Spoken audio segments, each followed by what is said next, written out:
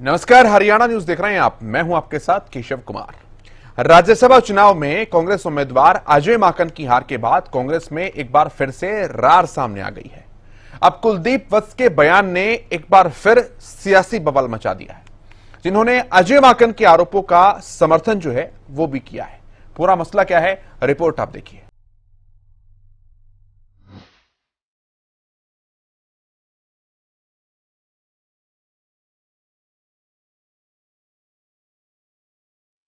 राज्यसभा चुनाव में कांग्रेस उम्मीदवार अजय माकन की हार के बाद पार्टी में मचा घमासान शांत होने का नाम नहीं ले रहा है। आए दिन कोई न कोई पार्टी का नेता इस मामले पर बयान देता है, जिससे पार्टी की अंदरूनी लड़ाई फिर सामने आ जाती है। ताजा बयान है बादली के विधायक कुलदीप वत्स का, जिन्होंने हरियाणा कांग्रेस प्रभारी विवेक बंसल को आड़े हाथों लिया और कहा कि विवेक बंसल अपनी जिम्मेदारी से भाग नहीं सकते। विवेक बंसल जी पार्टी के प्रभारी हैं, जो उनकी जिम्मेवारी है, तो जिम्मेवारी से कौन भाग सकता है। जब मैं अगर इस सीट पर जिम्मेवारी के साथ बैठा दिया तो मेरा क्या काम है। तो अजय माकन ने कोई गलत नहीं कहा और उसमें हम सब विधायकों की भी मांग थी कि भाई इसका दूध का दूध पानी का पानी होना चाहिए। जो 29 लोग ईमानदारी से जो दल छल कपट पैसा हर प्रकार का तंत्र यूज किया और उन्होंने अपना ईमान धर्म ना बेच के जनता और पार्टी को सिरे पर ये रख के जिन 29 विधायकों ने वोट दी, तो हर आदमी के कहीं ना कहीं मनसा तो थी भी वो विधायक कौन है, तो वो क्लियर होना चाहिए था। इसकी मांग मैंने खुद हमारे आदरणीय विनय गोपाल जी से खुद मिलकर मैंने कहा कि भाई इसका जरूर लोगों के बीच में पता होना चाहिए कि कौन पार्टी के अंदर जयचंद्र किसने जानबूझ के किया, कैसे किया, इसका खुलासा होना चाहिए। इस बात को मैं बिल्कुल स्पष्ट कहना चाहूँगा कि वो प्रभारी थे, प्रभारी के साथ साथ वह एजेंट थे, तो वो अपना स्पष्टीकरण दें। हाईकमान को दिया है तो हाईकमान के को बताएं कि भाई इसमें ये चोर था, इसकी वोट कैंसिल है, तो विवेक बंसल ने बताना चाहिए। इस बीच विवेक बंसल कुलदीप वत्स के आरोपों पर विफर पड़े हैं। उन्होंने कुलदीप वत्स पर कार्रवाई की बात कही है और इसे अनुशासनहीनता बताया है, जिसकी शिकायत वो आला कमान से करेंगे। हालांकि विवेक बंसल के बयान के तुरंत बाद फरीदाबाद एनआईटी के विधायक नीरज शर्मा भी कुलदीप वत्स के समर्थन में उतर आए। हरियाणा न्यूज से एक्सक्लूसिव बातचीत में उन्होंने विवेक बंसल को आड़े हाथों लिया और कुलदीप वत्स जी ने जो बात कही तो भाई उस काली भेड़ का पता लगना चाहिए। मैं 100% सहमत हूँ। वोट देखिए सबकी विवेक बंसल जी ने एज ए पोलिंग एजेंट। अब ये तो सत्यता विवेक बंसल जी बता सकते हैं, या परमपिता परमात्मा या वो काली भेड़। ये तो विवेक बंसल जी को संशय 11 तारीख को ही खत्म कर देना चाहिए था जी। आज 2 महीने होने जा रहे हैं इस बात को, फिर बातें तो उठेंगी। इसकी 30 वोटें सही डली है, ये मैं नहीं कह रहा हूँ, हमारे प्रत्याशी कह रहे हैं, हमारे सीनियर नेता कह रहे हैं। कई बार पूछा गया है उनसे, उन्होंने सबको एक ही बात कही कि नहीं 30 की 30 वोटें ठीक डली हैं, 30 की 30 वोटें ठीक डली हैं। फिर भाई वो एक वोट कैसे रिजेक्ट हो गई हमारी। इसका मतलब या तो उस काली भेड़ ने उनको वोट नहीं दिखाई और वो उस बात को पी गए, या उसने वोट दिखाई और जिस कर्तव्य के लिए बैठे थे एक चीज जांचने की इनकी जिम्मेदारी थी, इनकी जांचने में कमी रही। दोनों में से एक ही बातें था। तो आपको लगता है बंसल साहब को छिपाने की कोशिश कर रहे हैं? है जी, आपको ये लगता है कि बंसल साहब को छिपाने की कोशिश कर रहे हैं? भाई साहब बिल्कुल छिपाने की कोशिश कर रहे हैं। अरे नाम साहब की टिकट देने क्या जा रहा है कि देखो भूमिका पे तो संशय आता ही है जी। 11 जून को सुबह 6:30 बजे मैंने अपने प्रभारी जी को फोन किया, हम प्यार से बिट्टी भैया कहते हैं जी। मैंने उनको बोला, मैंने कि भैया एक बात बताओ, तो ये एक वोट का तो सबको पता, चलो कुलदीप बिश्नोई ने दी है। हाँ।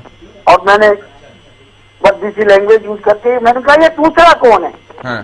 तो मेरे से कहने लगे कि यार नीले तेरी लकीर तो छोटी थी।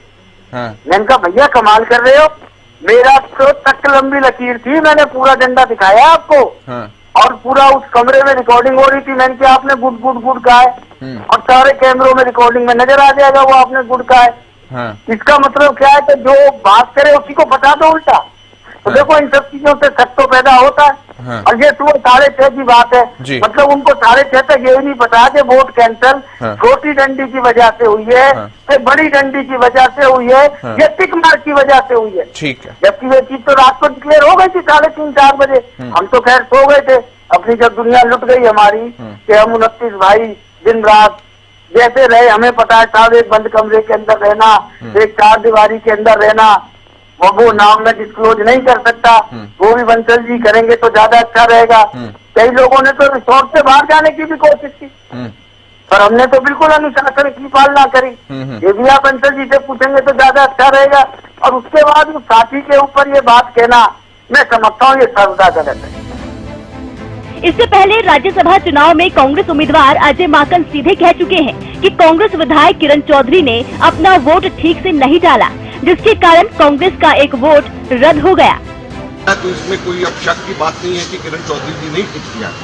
ये बात और है कि उन्होंने जानबूझ करके नहीं, गलती से टिक किया हो। ये उनको बताना है कि जानबूझ कर किया है या गलती से टिक हुआ है, लेकिन टिक किरण चौधरी जी के द्वारा ही टिक किया गया। मैं समझता हूं कि एक और जो गंभीर इसके अंदर साथ में है वो ये है कि हमारे जो ऑथोराइज्ड एजेंट था, जिसको हर एक वोट दिखाया जा रहा था, तो वो ऑथोराइज्ड एजेंट लास्ट तक के ये कहते रहे कि हमें 30 सिंगल प्रेफरेंस वोट पड़े, जबकि 29 सिंगल प्रेफरेंस वोट हम लोगों के निकले हैं। तो ये ऑथोराइज्ड एजेंट जो ये कह रहे हैं कि 30 निकले हैं और निकलेंगे हमारे, और निकले हमारे 29, इससे भी हम लोगों को नुकसान हुआ। इस बीच कांग्रेस के राज्यसभा सांसद दीपेंद्र हुड्डा ने कहा कि अजय माकन के बयान ने सब कुछ स्पष्ट कर दिया है। देखिए, जो अजय माकन जी ने जो बताया है वो प्रदेश के सामने है, वो सभी के सामने है। उसके बाद कुछ कहने को कुछ बचता नहीं है। जो उम्मीदवार जो कांग्रेस के महासचिव हैं और जो है तो उन्होंने तथ्यों के आधार पर सारी बात जो रखी है प्रदेश के वासियों के सामने रखी है। उसके बाद किसी का कुछ कहने का कुछ गुंजाइश बचती नहीं। कांग्रेस प्रत्याशी अजय माकन ने किरण चौधरी का स्पष्ट नाम लेकर सस्पेंस तो खत्म कर दिया, लेकिन कांग्रेस के कई विधायक इसे लेकर राज्य प्रभारी विवेक बंसल पर हमलावर हो रहे हैं। अब सवाल है कि इन विधायकों को कांग्रेस के किस गुट का समर्थन है। कांग्रेस की ये लड़ाई आगे क्या गोल खिलाएगी? Bureau report, Haryana news. चलिए, जो पैनल मेरे साथ जुड़ा है उनका परिचय आपसे कराऊं। भारत भूषण जी हैं, भारतीय जनता पार्टी के प्रवक्ता हमारे साथ जुड़े हैं। विजेंद्र रेड्डू जी, इंडियन नेशनल लोकदल के प्रवक्ता हमारे साथ हैं। अमित नेहरा जी बतौर राजनीतिक विश्लेषक हमारे साथ हैं, और मनीष खटाना जी कांग्रेस प्रवक्ता हमारे साथ जुड़ेंगे, आएंगे, थोड़ा सा देरी से हैं। बहुत स्वागत है आप सभी का हरियाणा न्यूज पर। सबसे पहला मैं सवाल अमित नेहरा जी आप ही से करना चाहूंगा, आप ही का विश्लेषण सबसे पहले पूछ लेते हैं। ये कांग्रेस की जो मौजूदा स्थिति है, 2 महीने आने को हैं, लेकिन अभी तक ये स्पष्ट नहीं हो पाया कि क्रॉस वोटिंग किसने की थी। हालांकि कोई सीधा प्रभाव इस बात का पड़ता नहीं है किसी चीज के ऊपर, लेकिन पार्टी के अंदर की कार्यशैली कैसी है उसका तमाम चीजें जो है वो बाहर झलक कर आती हैं इन चीजों से, और कांग्रेस पार्टी के विधायक भी असंतोष प्रकट कर रहे हैं अपना इस चीज को लेकर। नेहरा साहब। देखिए, सबसे पहले तो हमें ये समझना होगा कि जहां पे जिस प्रदेश में जिस पार्टी की सरकार होती है वो कंफर्टेबल जोन में होती है, और जो विपक्ष में पार्टी होती है वो थोड़ा सा अनकंफर्टेबल होती ही है, क्योंकि उनके पास सारा सिस्टम होता नहीं। ठीक है ना, सरकार के अपने एक फायदे हैं। तो वही हरियाणा में हुआ, ठीक है ना।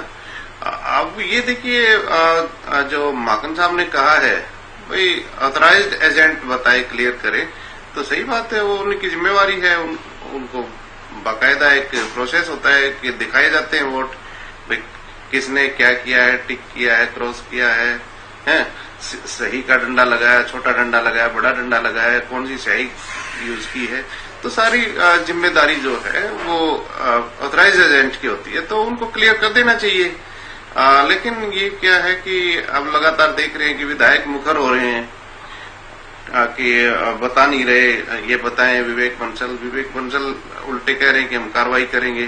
तो ये चीजें ठीक नहीं है एक पार्टी के जो अंदरूनी जो लोकतंत्र होता है उसके लिए। बाकी ये पार्टी का खुद का मामला है, हम इस पे ज्यादा नहीं कह सकते कि उनको संभालना है। जो केंद्र है आला कमान, उनपे उनकी जिम्मेदारी बनती है कि वो क्या कार्रवाई करें। हालांकि इसका हरियाणा की राजनीति में बहुत ज्यादा असर नहीं पड़ता, इस सारी बात का असर इतना ही पड़ा है कि एक निर्दलीय उम्मीदवार जिसको सत्ता पक्ष का समर्थन था वो जीत गया, ठीक है ना। लेकिन जो इम्पैक्ट गलत गया या जिसका एक खामियाजा जो भुगतना पड़ा वो कांग्रेस को भुगतना पड़ा कि उनका एक लगभग जीता हुआ कैंडिडेट हार गया। तो ये तो इनको देखना है, इनको बताना है, ठीक है ना। तो ये तो इन पे डिपेंड करता है कांग्रेस पार्टी पे, वो कैसे इसको क्लियर करती है। ठीक है, रेड्डी साहब आपकी प्रतिक्रिया लेता हूं मैं इस बात के ऊपर। कटाना साहब क्योंकि अभी आए नहीं हैं, थोड़ा देरी से हैं आज, और मैं आपसे ही जानना चाहूंगा आप क्या सोचते हैं, क्योंकि कांग्रेस की मजबूती इंडियन नेशनल लोकदल को, कांग्रेस की कमजोरी जो है वो लोकदल को भी फायदा पहुंचाएगी। एक चर्चा इस तरह की भी चलती है। केशव जी देखिए, जिस प्रकार से अभी नेहरा जी ने बताया, तो वैसे तो ठीक बात कही इन्होंने भी कि कांग्रेस पार्टी का ये अपना अंदरूनी मामला है और इसमें हमें ज्यादा कुछ नहीं कहना चाहिए, ना ही बोलना चाहिए। और ये कोई नई बात भी नहीं है, कांग्रेस के लिए शुरू से ही चली आ रही है। अब लेकिन क्योंकि विपक्षी पार्टी होने के नाते हमारा फर्ज भी बनता है, क्योंकि किसी भी राजनीतिक दल में यदि कोई किसी प्रकार की भी हलचल होती है तो निसंदेह उसका राजनीतिक क्षेत्र में प्रभाव भी पड़ता है और प्रदेश की जनता के प्रति सभी पार्टियों का ये दायित्व भी बढ़ता है। अगर किसी प्रकार की कोई हलचल होती है तो उसको प्रदेश की जनता के सामने जितना हम रख सकते हैं ज्यादा से ज्यादा रखना चाहिए। आप इस इलेक्शन के ऊपर कार्तिकेय जीत गया, अजय माकन जी हार गए, इसके ऊपर बड़ी एक डंडी के ऊपर रार शुरू होगी। डंडी के ऊपर बड़ी अजीब सी बात है, डंडी की रार और अजय माकन को गई मार। ठीक है, ये डंडी की मार नहीं है दरअसल। केशव जी देखिए, आप इसे थोड़ा सा पीछे चले जाइए। जब किरण चौधरी का भी एक समय था जिन्होंने इलेक्शन लड़ा था राज्यसभा का और वो मात्र एक वोट से हार गई थी, उस टाइम भी यही हुआ था कि ये वोट कैसे कम पड़ गई, कांग्रेस के पास बहुमत था। इसके बाद दीपेंद्र सिंह जी हुड्डा, जो सच्चे फैक्ट है वो हम बता रहे हैं, हम किसी की पार्टी को क्रिटिसाइज नहीं कर रहे। दीपेंद्र सिंह हुड्डा को राज्यसभा का चुनाव लड़ा गया, भारतीय जनता पार्टी ने ना कोई निर्दलीय खड़ा किया, ना ही कोई कोशिश की गई कि दीपेंद्र हुड्डा को हराने का कोई प्रयास किया जाए। और उस टाइम भी कुमारी शैलजा की बारी हुआ करती थी, तो माननीय मुख्यमंत्री भूपेंद्र जी दिल्ली में ये कह करके आए थे कि अगर शैलजा जी हार जाते तो मुझे जिम्मेवार मत ठहराना। और फिर शैलजा जी की टिकट कटी और दीपेंद्र जी को जिताने का काम किया गया और भारतीय जनता पार्टी ने किसी प्रकार का कोई प्रयास नहीं किया कि हम किसी प्रकार से दीपेंद्र को लपेट लें, नहीं प्रयास हुआ। उसके बाद अभी जो ये चुनाव हुआ, इससे पहले जो है ना सुभाष चंद्रा जी बने थे, 14 वोट जो है ना कैंसिल हुई, कोई राह नहीं चली, कोई डंडी का सवाल नहीं उठा। डंडी छोटी थी कि बड़ी थी, सिर्फ शाही के ऊपर आकर के उसको खत्म कर दिया, इतनी बड़ी राह नहीं चली। अब ये इतनी लंबी चौड़ी रार चल रही है कि भाई डंडी, ये छोटी बड़ी डंडी किसने बनाई है, इसके ऊपर रार चली हुई है। विवेक बंसल जी ने सस्पेंस बना दिया, वो ओपन नहीं कर रहे हैं, उनकी अपनी कोई मजबूरी होगी या हाईकमान का प्रेशर होगा। देखिए, लेकिन ये जो डंडी वाला मामला है केशव भाई जी, ये कहीं ना कहीं जो है, जो मेरी अपनी व्यक्तिगत सोच है, ये किसी एक नेता की बारी है। जिस प्रकार से कई नेताओं को खुदे लाइन लगा दिया गया, अब किसी और एक नेता की बारी आने वाली है, इसमें कोई संशय नहीं है। ठीक है, जिस प्रकार से अभी नेहरा जी ने कहा कि कंफर्टेबल और अनकंफर्टेबल, देखिए कंफर्टेबल नहीं होते हैं कोई भी, अनकंफर्टेबल कोई नहीं है, सब कुछ कंफर्टेबल है। कांग्रेस में कोई अनकंफर्टेबल नहीं है। हर एमएलए को, कांग्रेस के हर एमएलए को पता है किसकी वोट क्रॉस हुई है, लेकिन आगे आने से सभी बच रहे हैं, सभी हिचक रहे हैं। और हरियाणा की राजनीति पर भी देखिए, मैं थोड़ा सा नेहरा साहब की, हालांकि वो वरिष्ठ साथी हैं हमारे, लेकिन थोड़ा सा मैं उनकी बात को चेंज करना चाहूंगा कि इस बात का हरियाणा की राजनीति पर बहुत गहरा असर पड़ेगा। जिस प्रकार से कुलदीप बिश्नोई जी मजबूर हो गए आज कांग्रेस को छोड़ करके अपने एक स्थान पर बैठे हैं, कौन सा घर बनेगा अभी निश्चित नहीं है वो। इसी प्रकार से एक और नेता की ऐसी बारी आएगी तो अवश्य ही हरियाणा की राजनीति पर मेरे अनुसार उसका बहुत बड़ा प्रभाव भी पड़ने जा रहा है। और सबको पता भी है कौन है, स्वयं हाईकमान को पता है कौन है, लेकिन नाम ओपन करने में सारे हिचक रहे हैं और किसी को बली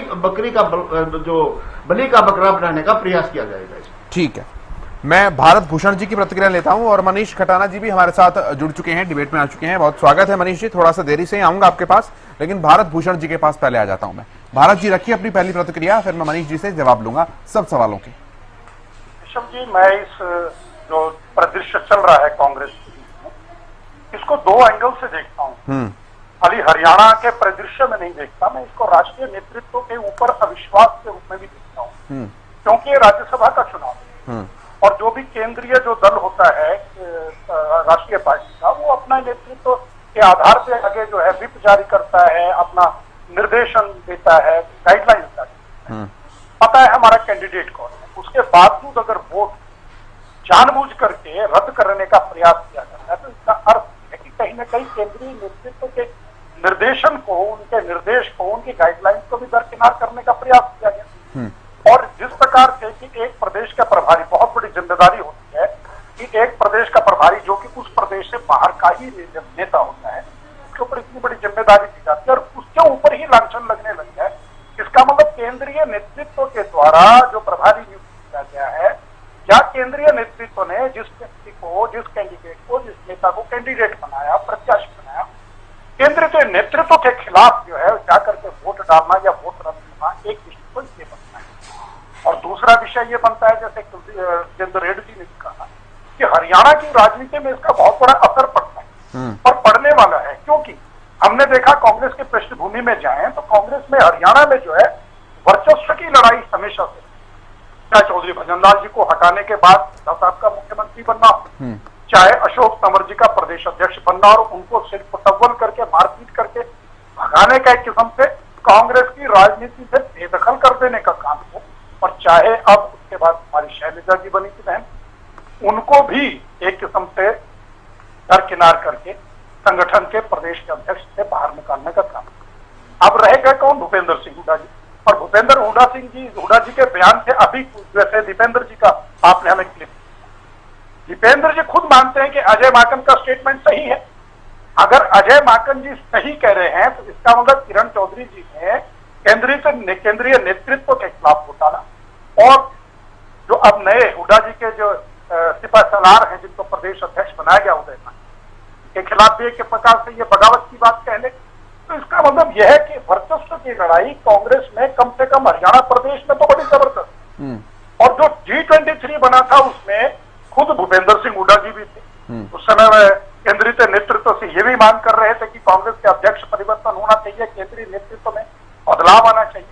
यानी कि नीचे से लेकर के केंद्रीय नेतृत्व पे जो है कांग्रेस में प्रश्न चिन्ह खड़े हैं एक दूसरे के ऊपर, और वो जो है धरातल तक सामने चीजें आ रही है। जब जब समय मिलता है उस समय पर जो पार्टी के नेता है, चाहे प्रदेश स्तर के हों चाहे राष्ट्रीय स्तर के हों, अपना अपना रंग दिखाते हैं, अपना अपना रूप दिखाते हैं, अपना अपना प्रतिरोध, अपना अपना विरोध किसी न किसी दर्ज करते हैं। मैं जवाब लेता हूं इन सवालों के, मनीष जी से जवाब लेता हूं मैं। मनीष जी, रेड्डी साहब ने कहा कि किसी एक नेता की बारी अब आने वाली है, ऐसा लग रहा है इन तमाम सवालों से। और भारत जी भी कह रहे हैं कि राष्ट्रीय नेतृत्व के ऊपर सीधे सवाल है, क्योंकि प्रभारी जो है वो तो केंद्र का नेता होता है किसी भी राज्य के अंदर। देखिए, प्रभारी जी की जो बात है वो बिल्कुल ठीक है। भारत भूषण जी ने जो बात कही, जो बात रेड्डी साहब कह रहे हैं, ये कांग्रेस का आंतरिक मामला है। कांग्रेस इसमें अपने हिसाब से जो भी हमारे प्रभारी जी जो इसमें अपना फैसला करेंगे, जो आला कमान के पास जाएगा, और किसकी क्या गलती है, किसकी क्या गलती नहीं है, ये अभी गर्भ में है, ये अभी कोई उजागर नहीं है, इसका अभी कोई 100% नहीं है कि किसके साथ क्या हुआ और कैसे हुआ। बल्कि हरियाणा जब चुनाव हुए यहाँ पर चंडीगढ़ में जब वोटिंग डाली गई तो यहाँ पर बीजेपी का एक वोट कैंसिल किया गया था और हमारा ओके किया गया था। लेकिन जब ये दिल्ली गए तो दिल्ली उलट क्या हुआ कि हमारा वोट कैंसिल कर दिया गया और इनका वोट ओके कर दिया गया। तो कहीं ना कहीं जो सत्ताधारी जो पार्टी है वो जो दुरुपयोग शुरू से करते आ रहे हैं वो आज भी इन्होंने किया और इस इलेक्शन में भी वो हुआ। और जो मेरे भाई भारत भूषण जी बार बार हुड्डा साहब का जिक्र करते हैं, तो हुड्डा साहब तो भारतीय जनता पार्टी को सपने में दिखाई देते हैं, क्योंकि आज प्रदेश के अंदर अगर कोई नेतृत्व और कोई नेता, और अगर कांग्रेस की बात करें तो कोई झंडा लेके अगर पिछले 10-8 साल से कोई खड़ा है और जिसने 10 साल हरियाणा में जो विकास की जो बहार थी, जो भाईचारे की बहार थी, जो यहाँ प्रति व्यक्ति आय था, निवेश था, जिस तरीके से इंफ्रास्ट्रक्चर डेवलपर था, जो मेडिकल हब के रूप में हरियाणा बना, जितने विश्वविद्यालय बने, जो कॉलेज बने, हुड्डा साहब ने जो काम किया, जो भाईचारे के लिए काम हुआ, जो यहाँ के प्रगति के लिए जो काम हुआ, तो इनको तो सपने में हुड्डा साहब नजर आते हैं। तो इनको कहीं भी कोई भी अगर कमी लगती भी है और दूर से भी कोई निकल जाए तो ये हुड्डा साहब को घेरने में ये बिल्कुल कोई कमी नहीं छोड़ते। हुड्डा साहब वो व्यक्ति हैं जो 2019 का जब चुनाव था और हमारे ठीक है हमारे संगठन में कुछ आपस में मनमुटाव थे, होता है, सबकी अपनी अपनी सबकी विचारधाराएं हैं और कांग्रेस में अपनी विचारधारा व्यक्त करने के लिए लोकतंत्र में बिल्कुल ये हमारे फ्री हैंड है, हर आदमी अपनी बात कह सकता है। जब हुड्डा साहब को कमान मिली तो आप देखिए किस तरीके से बहुत बड़े बड़े कुछ मीडिया हाउस थे, आपको भी पता है, उन्होंने कांग्रेस की 3, 4, 5, 7 सीट दिखाना शुरू कर दिया और बीजेपी की 70, 80, 83 दिखा दिया। हम 31 सीट जीते, हुड्डा साहब के नेतृत्व में 31 सीट मात्र 15 दिन के अंदर जीते। अब जिस तरीके से हमारे प्रदेश अध्यक्ष उदय भान जी बने और जिस तरीके से कल परसों जो प्रदर्शन हुआ, वहां आप लोगों ने भी कहा, मीडिया ने भी कहा कि इस बार हरियाणा में गुटबाजी नजर नहीं आई, सभी लोग एकत्रित होकर जो प्रदर्शन कराया वो वाकई ही प्रशंसनीय है। तो आज कांग्रेस एकजुट है, कांग्रेस एक साथ है, प्रदेश अध्यक्ष उदय भान जी के नेतृत्व में और हुड्डा साहब के नेतृत्व में कांग्रेस मजबूत हो रही है और आने वाला समय इनको दिख रहा है।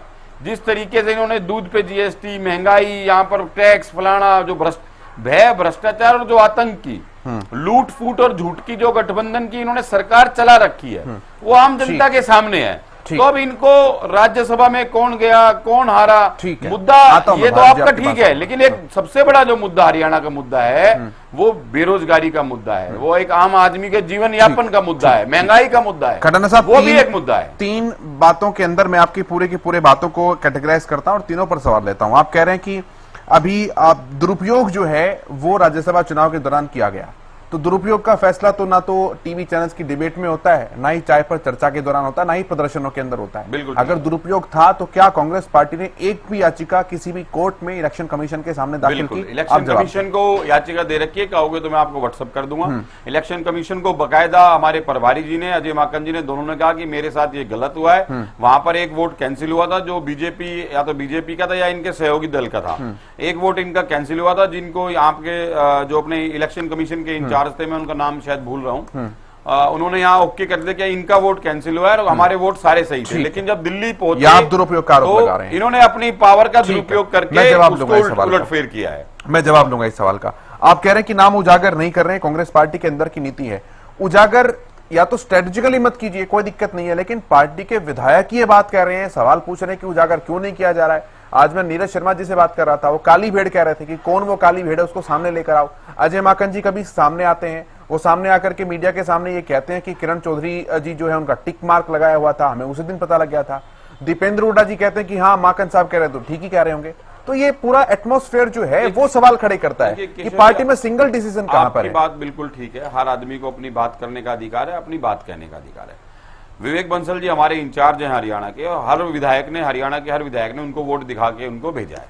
किसके वोट में क्या कमी है, क्या कमी नहीं है, ये तो बंसल साहब बता सकते हैं। और हमारे जो राज्यसभा के जो हमारे जो कैंडिडेट थे अजय माकन जी, जो उनकी संदर्भ में जो चीजें आई, जो बातें आई, या तो ये वो बताएंगे या बताएंगे प्रभारी जी। और जब ये वहां पर पहुंचेंगे, अजय माकन जी राष्ट्रीय महासचिव भी है ना जी, तो बड़ी बात किसकी मानेंगे आप, प्रभारी जी की मानेंगे या राष्ट्रीय महासचिव की मानेंगे? देखिए प्रभारी जी को सभी विधायकों ने वोट दिखाया है, हाँ वो दिखा सकते हैं, हाँ वो दिखा के तो ये तो प्रभारी जी क्लियर करेंगे कि किसकी वोट में तो क्या कमी है। क्लियर क्यों नहीं कर रहे हैं? ये सवाल अब विधायक पूछने शुरू हो गए सर, पत्रकार या दूसरी पार्टी के लोग नहीं, आपके विधायक पूछ रहे हैं सवाल। ये हमारे विधायक पूछ रहे हैं, ठीक है, उनका हक है, उनका अधिकार है। और 29 वोट डली है और एक वोट किसकी कैंसिल हुई है, हर आदमी को अधिकार है कि हमारे बीच में से गलती से, जाने अनजाने या जानबूझकर जो भी हुआ, एटलीस्ट वो क्लियरिटी होना चाहिए। और अगर वो पूछ रहे हैं तो इसमें बुरी बात क्या है, तो वो तो बंसल साहब बता देंगे। कुछ नहीं है, आप जो कह रहे हैं कि पार्टी में अपने विचार व्यक्त करने की आजादी सबको है, बैठकों के अंदर जो पार्टी की मीटिंग होती है उसमें करते हैं, लेकिन जब कैमरे के सामने ये बातें कही जाती हैं, लोगों तक पहुंचाने के लिए कही जाती है, उसके मायने बदल जाते हैं वहां पर। खटाना साहब नहीं, ऐसे कोई मायने नहीं है, इस तरीके कोई नहीं है। कांग्रेस एकजुट है, कांग्रेस मजबूत है, ठीक। और जो भी बातें विधायकों ने कही हैं, ठीक है, जो बातें विधायक कह रहे हैं, तो वो भी बहुत जल्दी आपको स्पष्ट हो जाएंगी कि उनके मायना हो सकता है कुछ और हो, और उनको आपको लेने का जो मायना है वो आपका कुछ नजरिया कुछ अलग हो। मैं भारत जी के पास आता हूँ। भारत जी, दुरुपयोग वाला जो आरोप लगाया है उसका भी जवाब दीजिए और अपनी बात भी रखिए। कि मैं मनीष जी की बात को इतना सीरियसली ले रहा हूं इनका एक तरफ तो ये कहना कि भारतीय जनता पार्टी ने सत्तासीन होते हुए सत्ता का दुरुपयोग करते हुए जो हमारा या हमारे सहयोगी दल का कोई वोट जो है निरस्त हो रहा था, रद्द हो रहा था, उसके बदले कांग्रेस का वोट रद्द। यही बात अगर अजय माकन जी कह रहे होते, बजाय ये कहने के कि हमारी पार्टी की फलान, अब तो उन्होंने कैटेगरी के लिए नाम दिया है किरण चौधरी का, कि उनका वोट जो था वो टिक मार्क लगा था, बजाय कि एक डालने या डंडा डालने से टिक मार्क लगा था, इसलिए वो वोट जो है वो कैंसिल हुआ है, रद्द हुआ है। तो वो स्वयं स्वीकार कर रहे हैं कि हमारे विधायक ने, हमारे पार्टी के किसी नेता ने वोट जानबूझ करके रद्द करवाने का काम किया। इसको तो हम ये नहीं कह सकते कि उपेक्षा हो गई, भूल हो गई, क्योंकि जब पार्टी ने एक तरीका सिस्टम बना लिया कि ऐसे वोट डालना है, ये निशान लगेगा और उस निशान के विरुद्ध निशान लग रहा है, इसका मतलब जानबूझ करके किया गया। तो ये कहना तो मनीष जी की बात का स्वयं अजय माकन जी राष्ट्रीय महासचिव है, पार्टी के छोटे नेता नहीं है। उन्होंने जब वो स्वयं कह रहे हैं कि हमारी पार्टी के नेता ने, फला नेता ने जानबूझ करके वोट गलत किया, रद्द किया, जिसके कारण राज्यसभा का चुनाव हार गए, तो मनीष जी की इस बात का उत्तर अजय माकन जी की बात से स्पष्ट होता है। अगर ऐसा कुछ होता तो वो भारतीय जनता पार्टी पर या सत्ताधारी पार्टी पर इल्जाम लगाते हैं कि हमारा वोट सही था, भारतीय जनता पार्टी ने अपना वोट जो रद्द हो रहा था उसे रद्द नहीं होने दिया, सत्ता का दुरुपयोग किया। लेकिन वो तो ये स्वीकार कर रहे हैं कि हमारी पार्टी के नेता ने गलत वोट डाला, कमीशन रद्द हो गया। जो इन्होंने एप्लीकेशन याचिका अपनी दी है, इसमें साफ साफ लिखा गया है।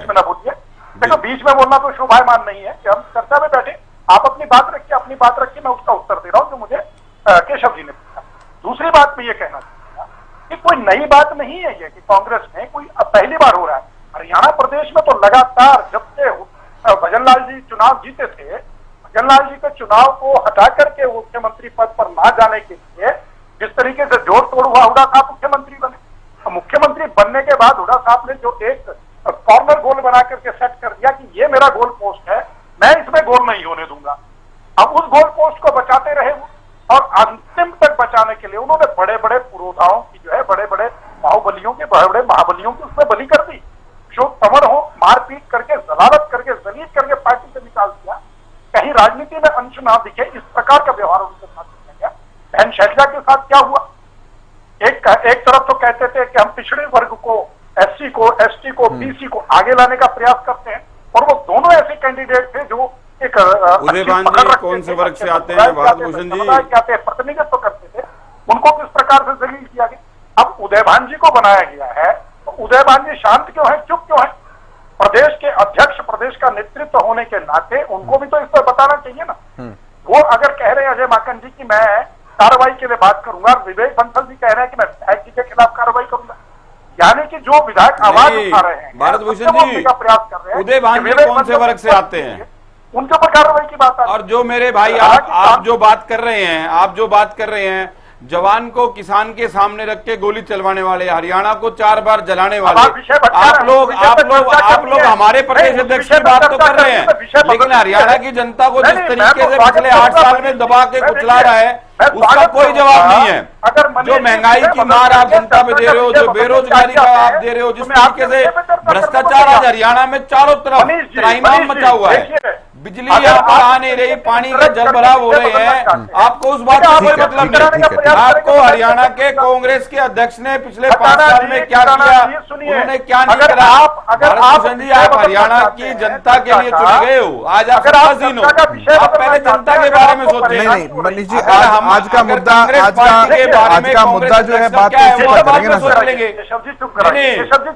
देखिए, भारतीय जनता पार्टी कैसी विडंबना है। भारत भूषण जी, अगर मनीष जी विषय बदलना चाहते हैं, मैं विषय नहीं बदलना चाह रहा, मैं ये कह रहा हूँ विडंबना देखो, जिन लोगों ने वोट दिया उनकी बात कोई नहीं कर रहा, कांग्रेस पार्टी के अध्यक्ष की बात आप कर रहे हैं। आपको पता था कि इस विषय पे चर्चा है, और भ्रष्टाचार की जो सरकार, आप जो आतंक का माहौल आज हरियाणा में है, लूट फूट और झूठ का जो हरियाणा में चल रहा है, मैं बारी बारी से आता हूँ। मैं हरियाणा में लोगों पे जिस तरीके से आप जीएसटी लगा रहे हैं, महंगाई लगा रहे हैं, मनीष जी, बेरोजगारी बढ़ रही है, अलग मुद्दे हैं, वो भी विषय है, उन पर भी रोजाना बातचीत होती है। 5 साल पहले अशोक तंवर जी बात कर रहे हैं, कांग्रेस वर्तमान पार्टी में क्यों पर नहीं है। जीते? केशव जी एक लाइन आज की बोलना बात चाहूंगा। कांग्रेस पार्टी पर है, वो भी एक अलग मुद्दे लाइन हैं, उन पर भी बोलना बात होती है। चाहूंगा। भारत भूषण जी जल्दी केशव पूरी जी। कीजिए, फिर मैं मनीष बस जी से एक जवाब ही देता हूँ। एक ही लाइन रहेगी बोलने को, हाँ। बोलने को कुछ छोड़ा नहीं मनीष जी ने। हाँ। मनीष जी का दर्द मैं समझता हूँ, जिस दर्द से वो बिलबिला पड़े। मेरा दर्द वो है सड़क पे हरियाणा बाहर आ रहा वासियों है। के लिए, मनीष जी, अगर मेरा आप दर्द विषय है बदलना हरियाणा के चाहते हैं, जवान के केशव लिए, मेरा दर्द है हरियाणा ठीक है, के मनीष किसान जी, के मनीष लिए, जी, चर्चा का मेरा विषय दर्द है उस बेरोजगार युवा के लिए जो सड़कों आप पर है, बोलिए भाई साहब, मेरा आप दर्द बोलिए, है। मनीष जी आप बोलिए, आप बोलिए, आप बोलते रहिए। नहीं, मैं तो आप आपको बोलते दर्द रहिए, की, देखिए भारत भूषण जी, आप सत्ताधारी पार्टी नहीं में ऐसे हैं। नहीं, मैं तो आपके बीच में नहीं बोला। आप मुझे इंटरप्ट क्यों कर रहे हैं? आप सत्ताधारी पार्टी में हैं, हमारे को मुझे मेरी बात लोकतंत्र करने में दीजिए संविधान में बोलने का अधिकार दिया है, आप मेरा दर्द मुझे समझिए। बोलने दीजिए ना। हरियाणा में 19 साल का हर दूसरा युवा बेरोजगार है। हरियाणा में 19 साल का हर दूसरा युवा बेरोजगार है। हरियाणा में शिक्षा के लिए पिछले 8 साल में आपने एक स्कूल नहीं बनाया। हरियाणा में कोई स्वास्थ्य के लिए आपने आज गुड़गांव का हॉस्पिटल रिनोवेशन के लिए 4 साल से खड़ा है। गुड़गांव हॉस्पिटल 66% रेवेन्यू देने वाला गुड़गांव, थोड़ी सी बारिश में गुड़गांव में ठीक है मनीष जी, चलती है यहाँ मनीष जी, पर। मैं प्लीज आप दोनों को स्टीमर बनाऊं, चलते हैं यहाँ पर। मैं दोनों से बिजली रिक्वेस्ट के कर कट रहा 8 से 10 हूं, घंटे हम हैं। डिबेट डिरेल नहीं कर रहे हैं। किसानों मनीष को लाइनों में मनीष लग जी, के सारे मिलता है। आपके सारे सवाल जो हैं वो ठीक है, मैं किसी को भी नकार नहीं रहा हूं, लेकिन मुद्दा आज का वो नहीं है। हम इन मुद्दों पर या तो बहस कर चुके हैं या आने वाले समय में और भी करेंगे। आज का मुद्दा कांग्रेस पार्टी की कार्यशैली से है, संगठन की मजबूती को लेकर है। कांग्रेस का आंतरिक मामला है, कांग्रेस का जो भी नुकसान है वो कांग्रेस झेल रही है, लेकिन हरियाणा के 2 करोड़ लोगों ने आपको चुनकर भेजा है, तो क्या कांग्रेस पे मंथन करने के लिए या आम आदमी के जीवन यापन के कांग्रेस पे मंथन के मंथन लिए? वो थोड़ी ना कर रहे हैं, मंथन हम कर रहे हैं। नहीं, मंथन हम कर रहे हैं, उस मंथन के पैनल का हिस्सा वो आप लोग हैं। बिल्कुल ठीक है, और क्यों नहीं मंथन लेकिन करेंगे? जब हरियाणा का हर दूसरा युवा बेरोजगार है, विपक्ष की पार्टी तो पर सरकार मंथन सोई केवल हुई क्यों है? विपक्षी कर सकता है। चारों तरफ भ्रष्टाचार है तो सरकार सोई हुई क्यों है? चारों तरफ आतंक का माहौल है तो सरकार सोई हुई क्यों तो है? ये जगाने कहीं याद आपको सोनिया गांधी जी के नाम पर ही क्यों आती है? जिले जिले में प्रदर्शन जो है वो सोनिया गांधी की जिस दिन ईडी में पेशी होती है उसी दिन क्यों किए जाते हैं? हमारा सब प्रदर्शन ED के कीजिए। साथ-साथ मैं वो नहीं जा रहा, GST मैं का ही मनीष जी प्रदर्शन। उन मुद्दों पर बात नहीं कर रहा हूं, हमारा मेरा GST संगठन का मुद्दा है और संगठन के मुद्दे पर हम बातचीत कर रहे हैं। जो सवाल है भारत भूषण जी के वो फटाफट से पूछ लेते हैं संगठन संबंधित, फिर मैं आप ही से जवाब लूंगा। उस बात के डिबेट पर ही रहते हैं, डीरेल नहीं कर रहे हैं। रेडू साहब के पास भी आना, नेहरा साहब के पास भी आना है। भारत जी जल्दी से पूरी कीजिएगा बात, मैं तुरंत आ रहा हूँ। मैं इनसे इस विषय में कोई प्रश्न नहीं पूछना चाहता, क्योंकि विषय चर्चा का ये रखा है, इसलिए आपने हमें बुलाया है। स्वाभाविक है, आप बात करने आए, चर्चा करने आए। अदरवाइज कांग्रेस का आंतरिक मामला है, मानते हैं कि हमें इस विषय पे नहीं बोलना चाहिए, लेकिन अगर आपने बुलाया और चर्चा का विषय रखा है, या तो खटाना जी इस विषय पे चर्चा आते ही नहीं। सर आंतरिक मामला जब तक होता है ना, जब तक डिस्प्यूट पब्लिक हाँ, डोमेन में ना आए। अगर आप लोग अगर इसको डिस्प्यूट public पब्लिक domain में डोमेन में ला आ रहे हैं तो रहे हैं, मामला आंतरिक नहीं रह जाता कहीं पर भी। राष्ट्रीय महासचिव इस बात को मीडिया में बोल रहे हैं, तो स्वाभाविक बात वो चाहते हैं इससे चर्चा हो, विद इन कांग्रेस की और आउटसाइड द कांग्रेस की हो। वो खुद निमंत्रण दे रहे हैं चर्चा के लिए। ठीक ये है। कहना कहाँ का औचित्य है? ठीक है, मैं रेडू साहब के पास एक बार आता हूं। रेडू साहब, घर की बात घर में रहे तो ही वो घर की बात होती है। घर की बात अगर घर से बाहर निकली तो मोहल्ले की बात हो गई, गांव की बात हो गई, शहर की बात हो गई। अब कांग्रेस पार्टी का अंदरूनी मामला कहां से रह गया? ये जब विधायक बगावत की सुर अपनाए हुए हैं, राष्ट्रीय महासचिव खुद सामने आकर के बात कह रहे हैं। केशव जी, बिल्कुल आपने सही क्वेश्चन पूछा है कि एक तो विपक्ष की पार्टी है हरियाणा प्रदेश का, जो बड़ा विपक्ष है कांग्रेस पार्टी है, उसमें अगर कोई हलचल होगी तो प्रदेश में वो हलचल होना स्वाभाविक है। और यदि इनका आंतरिक मामला है, जैसे खटाना जी कह रहे हैं, तो आपने सही बोला है कि प्रेस के सामने आकर के क्यों बयान देते हैं। आपके ही विधायक पूछते हैं कि विवेक बंसल जी नाम उजागर क्यों नहीं करते हैं, और आपके ही विधायक पूछते हैं, बोलते हैं कि माकन जी के फलान आदमी का वोट जो है क्रॉस हुआ है। तो ये पब्लिक डोमेन में जब कोई चीज आ गई तो पब्लिक तो उसके ऊपर डिस्कस करेगी, उस पर वाद विवाद भी होगा। और ये अब हरियाणा प्रदेश का मामला है, न कि आंतरिक मामला रहा। हमें भी जनता को जवाब देना होता है। हमसे भी लोग पूछते हैं कि भाई ये मामला क्या है। देखिए, आज कांग्रेस पार्टी का जो ये मामला है, पहले प्रदेश में खींचातानी होती थी, प्रदेश में ग्रुप होते थे, और आज जो है, जो 137 साल पुरानी कांग्रेस पार्टी है, आज ये हरियाणा प्रदेश का मामला एक राष्ट्रीय लेवल पर चला गया। अजय माकन वर्सेस विवेक बंसल। कुछ लोग कहते हैं विवेक बंसल सही है और कुछ कह रहे हैं कि अजय माकन सही है। तो देखिए, दो धड़े जो प्रदेश के लेवल पर हुआ करते थे, आज वो राष्ट्रीय स्तर पर बन गए हैं। कुछ जो ना राष्ट्रीय नेता अजय माकन का समर्थन कर रहे हैं, कुछ राष्ट्रीय नेता विवेक बंसल जी का समर्थन कर रहे हैं। जबकि अजय माकन जी ने यदि स्पष्ट कर दिया है तो आप विवेक बंसल से क्यों पूछना चाहते हैं? जब आप कहते हैं कि अजय माकन ने सही बोला है तो आप क्यों विवेक बंसल से पूछना चाहते हैं? और यदि आप मानते हैं कि अजय माकन ने गलत बोला है तो आप अजय माकन की बात को क्यों बढ़ावा देते हैं? अब बिल्कुल आपने सुनाया हमारे को स्टेटमेंट, दीपेंद्र जी ने बिल्कुल 100% सत्य कह दिया कि अजय माकन जी ने जो बयान दिया है वो बिल्कुल सही है। तो भाई खटाना साहब, ये तो विवाद तो चलेगा ही। और केशव जी, जिस दिन अजय माकन जी का राज्यसभा के लिए नॉमिनेशन हरियाणा प्रदेश से हुआ था उसी दिन उनकी हार की पटकथा लिख दी गई थी। मैं तो ये कहता हूँ, अच्छा, उसी दिन लिखी गई थी, क्योंकि जो हमारे सीनियर लीडर हैं कांग्रेस के, जिन साथियों को यहाँ पर लाना चाहते थे उनको कैंसिल करके जब एक नया, एक अचानक एकदम नया नाम उजागर हुआ और उनका नॉमिनेशन हुआ, तो उसी दिन ये पटकथा लिखनी शुरू कर दी गई थी कि किस प्रकार से इनको हराया जाएगा। अजय माकन जी भी कहीं ना कहीं पता नहीं किस प्रभाव में ऐसी बातें कर रहे हैं। अजय माकन जी को इसकी और ज्यादा गहराई में जाएंगे तो प्रत्येक कुछ और भी खुल सकते। मैं जवाब लेता हूँ, ये एक और थ्योरी दी है देरडू साहब ने, जी आपसे से जवाब लेता हूँ इस बात का। वो कह रहे हैं कि जिस दिन नॉमिनेशन हुआ उस दिन पटकथा जो है वो स्क्रिप्ट उसकी लिखती गई थी। देखिए, इनेलो पार्टी के बड़े भाई हैं मेरे प्रवक्ता साहब, ये कुछ भी कह लें उस बात से कोई फर्क नहीं पड़ता। अगर 29 वोट डली हैं और एक वोट रिजेक्ट हुई है, या तो 10-15 वोटों का फर्क होता, 20 का होता, 25 का होता, तो ये जो पटकथा लिख दी गई और ये हो गया, ये सब कहा सुनी बातें हैं। इन बातों का कोई औचित्य नहीं है, इनका कोई हाथ पैर नहीं है, कोई इनके सर नहीं है। ये एक सच्चाई है कि हमारे सभी विधायकों ने एक साथ होकर वोट डाली है। 29 विधायकों के वोट एक्सेप्ट हुए, एक विधायक का वहां कैंसिल हुआ है। वो नहीं होते तो आज शायद हम चुनाव जीत गए होते। तो वो जो भी, जिसका भी कैंसिल हुआ, जिन कारणों से कैंसिल हुआ, वो बहुत जल्द सबके सामने आ जाएगा। खटाना साहब, जब जहर की एक पुड़िया में काम चल रहा है तो 15 पुड़िया भी क्यों खराब करनी? नहीं, वो जहर की एक पुड़िया कैसे हुई, किसने वो पुड़िया बदली, किसने के कारण से वो पुड़िया हुई और वो पुड़िया है भी या नहीं, ये तो अभी भविष्य के गर्भ में है, ये सबके सामने आ जाएगा। ये तो अगर सत्ता पक्ष ने अपना अगर पावर का दुरुपयोग किया है वो भी सामने आ जाएगा, क्योंकि हमने तो इलेक्शन कमीशन को इसकी याचिका दे रखी है कि दूध का दूध और पानी का पानी किया जाए। तो वो कितने दिनों में चीज सामने आएगी, लेकिन वो आएगी। वो कहते हैं झूठ के पांव नहीं होते, तो वो सामने आ जाएगा। अच्छा, उदय भान जी की जो भूमिका है वो भी बड़ी शांत सी लग रही है। भाई प्रदेश अध्यक्ष हैं, कोई हस्तक्षेप करना चाहिए, कोई बयान देना चाहिए, कुछ कार्रवाई इस तरह की करनी चाहिए, रिजल्ट हैं कुछ भी है, लेकिन बड़े शांत लग रहे हैं। देखिए, उदय भान जी बहुत शांत स्वभाव के, व्यक्तित्व के धनी व्यक्ति हैं और वो बोलने में कम और काम करने में ज्यादा विश्वास रखते हैं। और जब उनके संज्ञान में चीजें क्लियर हो जाएंगी तो वो आपको, उनका डिसीजन जो है ना, वो आपको उनका राइटिंग में मिलेगा। वो जब भी कार्रवाई करनी होगी तो उसके लिए उनको किसी से बोलने के लिए, किसी को कहने की और इतनी जरूरत नहीं पड़ेगी, लेकिन वो काम को तब करते हैं जब उनको उस चीज पे विश्वास हो जाए। तो वो भी आपको जो उनका जो स्वभाव है और जिस तरीके के वो व्यक्तित्व है वो सबके सामने आ जाएगा। ज्यादा बोलने से और ज्यादा किसी के ऊपर कीचड़ उछालने से कभी कभी फायदा नहीं होता। वो तब तक कोई कार्रवाई नहीं करते जब तक वो उस चीज के लिए संतुष्ट ना हो, जब तक 100% वो उस चीज की श्योरिटी उनके पास नहीं हो। यही उनका व्यक्तित्व है जो उनको औरों से अलग करता है, और यही व्यक्तित्व के कारण आज हरियाणा प्रदेश कांग्रेस दिन प्रतिदिन जो हमारा संगठन का जिस तरीके से मजबूत हो रहे हैं और सभी एक साथ जुड़ रहे हैं, ये उनके व्यक्तित्व की एक मिसाल है। नेहरा साहब, जैसी इमेज खटाना साहब कांग्रेस पार्टी अपनी दिखा रही है प्रदेश के अंदर, क्या वाकई लोग और वोटर भी उस इमेज को समझते हैं, या इसका इलेक्टोरल नुकसान जो है वो भी कांग्रेस पार्टी को होता तो आया है लेकिन अब भी होगा, ऐसा दिखता है?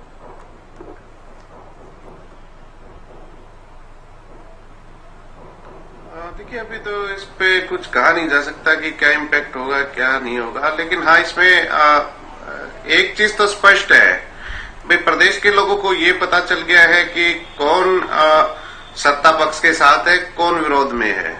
भाई उन्होंने ये देखा कि कितने विधायक थे टोटल हरियाणा के, 90 में से कौन किसके साथ रहा है। ठीक है भाई, मनसा वाचा कर्मणा, भाई मन से, अपने वचन से, अपने कर्म से भाई किसने क्या रोल अदा किया है। भाई सिर्फ एक आदमी जो खरा उतरा निर्दलियों में से, और बलराज कुंडू रहा, उसने ना सत्ता पक्ष को वोट डाला ना दूसरों को डाला। तो इसके ये तो चीजें साफ हो गई, स्पष्ट हो गई है जनता को। अब वो जनता जाएगी किधर, वो तो जनता जाने, जनता का मूड जाने। ठीक है ना। अब एक सबसे बड़ी बात आपने जो नोटिस की होगी, बाकियों ने भी नोटिस की होगी, पूरे प्रदेश ने भी नोटिस की है, लेकिन वो उभर के आ नहीं रही है बाहर। वो ये है कि ये सारी जो कांग्रेस में उथल पुथल हुई है, जो चिल्प मच रही है, उसका मूल कारण क्या है? उसका मूल कारण मुझे तो ये लगता है कि हमारी जो राज्यसभा की वोटिंग की है वो प्रक्रिया है। आप मेरी बात समझ रहे हैं भाई? इससे पहले हरियाणा ने एक कंट्रोवर्सी देखी थी भाई, शाही कांड जो हुआ था उसमें पेन बदलने से ही मामला गड़बड़ हो गया था, समीकरण बदल गए थे। अब की बार टिक के उससे बदल गए थे।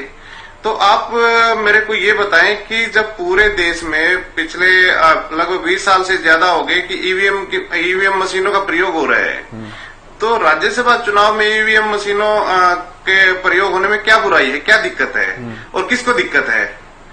उसमें ना तो टिक का मामला रहेगा, ना शाही का रहेगा, ना पेन का रहेगा, ना ऊपर का रहेगा, ना नीचे का रहेगा। उसमें तो हाथ से बटन ही दबाना होगा। तो इस पे देखिए, इस पे तो विधानसभा अध्यक्ष को संज्ञान लेना होगा, निर्वाचन आयोग जो भारत सरकार है उसको तो हर चीज में होंगे। अब उसमें भी नोटा का निशान होगा। अब लोगों गलत बोलने वाला तो बोल देगा, गलती उंगली जो है गलती से ऊपर वाले पर दब गई, चेंज करने की कोई गुंजाइश नहीं है। नहीं, उसमें इतनी दिक्कत नहीं रहेगी भाई। नोटा है, नोटा को दिखा क्यों नहीं? अभी पर्ची निकालो आप उसकी, नाम से पर्ची निकलेगी। तो ये भी तो दिखेगा, ये भी तो दिख ही रहा है। जिसने वोटिंग में गड़बड़ की है नारा साहब, वो भी तो दिख ही रहा है। वो कोई छिपा हुआ थोड़ी ना है। बात तो ये कि उसको लेकर कौन आएगा सामने? नहीं, दिख नहीं रहा। अब देखो ऐसा है केशव, इसमें कैंसिल हुआ है, इसमें नोटा वाली बात नहीं है। नोटा भी किसी को तो जाता ही है भाई। एक वेरिएबल तो है ना भाई, कम से कम कैंसिल होने की तो चीज वो बात आएगी ही नहीं। आप बताएं, कैंसिल कोई वोट होता है क्या आज के दिन लोकसभा में, विधानसभा में? कोई एक भी वोट, सिंगल वोट कैंसिल होता है? कैंसिल होने का कोई मतलब ही नहीं, सवाल ही नहीं है। तो या तो वोट डलेगा या नहीं डलेगा, दो ही चीज हो जाती है। तो ये तो सोचना होगा। आप वोटिंग प्रक्रिया पर सवाल उठा रहे हैं। पॉलिटिकल पार्टीज हैं तो हाँ, तो वो हो जाए तो इस तरह की चीजें फिर ना तो हमें डिस्कस करना पड़े, ना लोग परेशान हो, ना एजेंट परेशान हो, कोई भी परेशान नहीं होगा। बड़ी सरल है भाई। ऑटोमेशन मोड पे चली गई तो इस पे क्यों आप अटके हुए हो? पर्सपेक्टिव है, एक और व्यापक विषय है जिस पर पूरा अलग से चर्चा की जरूरत है। लेकिन मैं मनीष जी एक सवाल और लेता हूं। देखिए, पार्टी की अंदरूनी बात जैसे कि आप लोग कह रहे हैं, ठीक है, उसको मान दूसरा एक हाँ अमित जी, एक सवाल आया था कि कंफर्टेबल जोन और अनकंफर्टेबल जोन नहीं होता। भाई होता क्यों नहीं भाई? अपना पड़ोसी जो प्रदेश है वहां पे राजस्थान, उसमें कांग्रेस की सरकार है, तो वहां पे क्रॉस वोटिंग होगी क्योंकि वो फेवर प्रदेश सरकार की गई थी भाई। जो बीजेपी समर्थक उम्मीदवार है वो हार गया था। तो ये सारे ये कंफर्टेबल ये होता है भाई। वहां पे जो प्रदेश सरकार होती है, प्रलोभन होते हैं, 100 तरह की चीजें होती हैं उसमें। हम नहीं कह सकते ऑन एयर, लेकिन बहुत सारी चीजें होती हैं जो सरकार के नियंत्रण में होती हैं। तो क्रॉस वोटिंग वहां कांग्रेस में क्यों नहीं हुई राजस्थान में? तो वजह सिर्फ यही है कि वहां पे प्रदेश में सरकार थी कांग्रेस की। तो मेरी बात ये है कि कंफर्टेबल जोन और अनकंफर्टेबल जोन इससे तय होता है। ठीक है, मैं जवाब दूंगा इसकी बात का भी। लेकिन मनीष जी, अंदरूनी मामला जो है बताया जा रहा था, ठीक है, उसमें कोई समस्या किसी तरह की नहीं है। लेकिन सवाल यह है कि क्या जानबूझकर आला कमान जो है इस प्रोसेस को बहुत ज्यादा डिले कर रहा है? क्योंकि खतरा इस बात का भी आंक सकते हैं आप लोग कि अगर नाम सामने आएगा तो फिर पार्टी के अंदर एक बगावत फिर से बेवजह की जन्मेगी। तो ठीक है, ठंडे बस्ते में चीजों को डाल दो। समस्या का समाधान ना करना भी कई बार समस्या का समाधान होता है। समस्या का समाधान भी होगा, कोई ठंडे बस्ते में नहीं डाला जाएगा। हर आदमी अपनी अपनी चीज की एश्योरिटी और श्योरिटी के साथ चल रहा है। और हमारे जो प्रभारी जी, जिनको सभी विधायकों ने वोट दिखाया है, ये उनके संदर्भ की चीजें हैं। उनके संदर्भ में जो जो चीजें जैसे जैसे आई है, आला कमान के साथ उनकी बातचीत जारी है।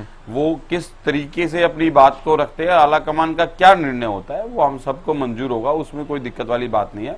लेकिन जब तक वो हमारे प्रभारी जी एश्योर नहीं होते, जब तक वो आला कमान को एश्योर नहीं करते, उस चीज पे अगर हम टिप्पणी करते हैं तो वहां हम गलत है। हम बेफालतू अपने ही घर में वो करें, क्या पता ये गलती सत्ता पक्ष से की गई हो, जानबूझ के करवाई गई हो। ऐसी बहुत सारी चीजें सत्ता पक्ष कर ही रही है। देश में जितने भी चुनाव हुए, चाहे वो गोवा का चुनाव हो, चाहे मध्य प्रदेश की सरकार हो, चाहे राजस्थान सरकार तोड़ने की बात लेके हो, जहां भी इन्होंने सरकारें तोड़ी हैं, चाहे कर्नाटक की हो, इन्होंने आज तक महाराष्ट्र की सरकार किस तरीके से तोड़ के बनाई है। तो ये सत्ता पक्ष का काम है। सत्ता पक्ष ने आम आदमी के ऊपर तो टैक्स लगाने का काम करा है और आम आदमी से जो टैक्स लिया जाता है उनसे विधायकों को खरीद फरोख्त करने का काम करते हैं। करोड़ों रुपए में विधायकों को खरीद के वहां सरकार अपनी बढ़ाते हैं और लोगों के ऊपर देश को चलाने के नाम पर भारत माता की जय बोलकर उनके ऊपर 1100 रुपए का सिलेंडर बेच के और 100 रुपए का पेट्रोल बेचकर अपनी जेब भरने का ये लोग काम करते हैं। इनके पास कोई सिर्फ और सिर्फ इनके पास एक ही एजेंडा है, एक ही मुद्दा है कि अपनी सरकार बनाओ, एन पेन प्रकेन जो भी इस्तेमाल हो, चाहे उसमें ईडी हो, सीआईडी हो, सीबीआई हो, चाहे धन बल का काम करके सरकार अपनी बनाओ, चाहे सरकार किसी की भी हो, जनमत चाहे किसी को भी मिला हो। तो सत्ता पक्ष का 2014 से लेकर, क्योंकि देश में सबसे धनाढ़ पार्टी आज बीजेपी है, सबसे ज्यादा धन वाली पार्टी मात्र 8 साल में, जो 70 साल में कांग्रेस नहीं हो पाई, वो मात्र 8 साल में आज बीजेपी हो गई। तो देश में जब सबसे धनाढ़ पार्टी है जिसने सारी संस्थाओं को अपने हाथ में काबू कर लिया और जिस तरीके से ये लोग हर प्रदेश में सरकार बना रहे हैं, लोकतंत्र अभी देश में है और वो जिंदा है। हो सकता है ये लोग संविधान चेंज कर दें, हो सकता है ये लोकतंत्र में तो खैर इनका विश्वास नहीं है। जिन लोगों ने आज तक अपने मुख्यालय पे, आरएसएस के मुख्यालय पे जहां तिरंगा नहीं फहराया हो, आज ये तिरंगे की बात करते हैं। तो ये लोग सिर्फ और सिर्फ झूठ और जुमले की सरकार है। मैं जवाब ले लेता हूं इस बात का। अब भारत जी वो कह रहे हैं कि सत्ता पक्ष ने हो सकता है गलती करवाई हो, अगर ऐसा है तो बता दीजिए, उनकी भी समस्या शांत हो जाएगी, थोड़ी सी परेशान है वो भी। केशव जी, इतने सारे प्रश्न दाग दिए भाई मनीष जी ने, मुझे अवसर देंगे तो मैं सबका उत्तर जरूर देना जी पूरा मौका है। लेकिन हाँ, एक बात तो इन्होंने ये कही कि सत्ता पक्ष ने शायद कुछ गलत कर दिया हो, कुछ गड़बड़ कर दिया, और उसमें भी 2 आशंकाएं जताई। एक तो आशंका ये जताई है कि सत्ता पक्ष ने खुद से जानबूझ करके ये काम टेक्निकली गलत करवा दिया। एक बात तो ये, अगर टेक्निकली हमने गलत करवा दिया तो विवेक बंसल इनके प्रभारी, जिनको ये खुद कह रहे हैं कि हमारे विधायक दिखा दिखा के वोट डाल रहे थे, तो वहां पर प्रश्न, ये वाला प्रश्न तो वहां समाप्त हो जाता है कि टेक्निकली सत्ता पक्ष ने कुछ गलत किया। दूसरी बात इन्होंने आशंका ये जताई कि पब्लिक का पैसा जो टैक्स के रूप में आता है वो हरियाणा सरकार में हमारे लोगों ने इकट्ठा करके इनके विधायक को खरीदने का काम कर दिया। ये भी आशंका उन्होंने जताई। तो ये सीधा दूसरे तरीके से ये इल्जाम जो अजय माकन जी दूसरे तरीके से लगा रहे हैं, और इन्होंने स्पष्ट ये भी कर दिया, तो हो सकता है इनकी विधायिका जो है किरण चौधरी बिक गई होंगी पैसों के मामले। अब इनकी बात का ये कहना कि हमारा संगठन तो एक साथ है, हुड्डा जी के नेतृत्व में इकट्ठा चल रहा है, इनसे पूछना। बड़े भाई, आपने मेरी बात पूरी सुनी नहीं। आप देखो फिर बीच में बोलने लगेंगे तो फिर आप नाराज हो जाओगे। मैं भी सुन रहा हूं, अब आप गलत बात बोलोगे। आप फिर भी, मैंने कहा जनता से लूटा हुआ टैक्स के रूप में पैसा आप विधायकों को खरीद फरोख्त में इस्तेमाल करते हो।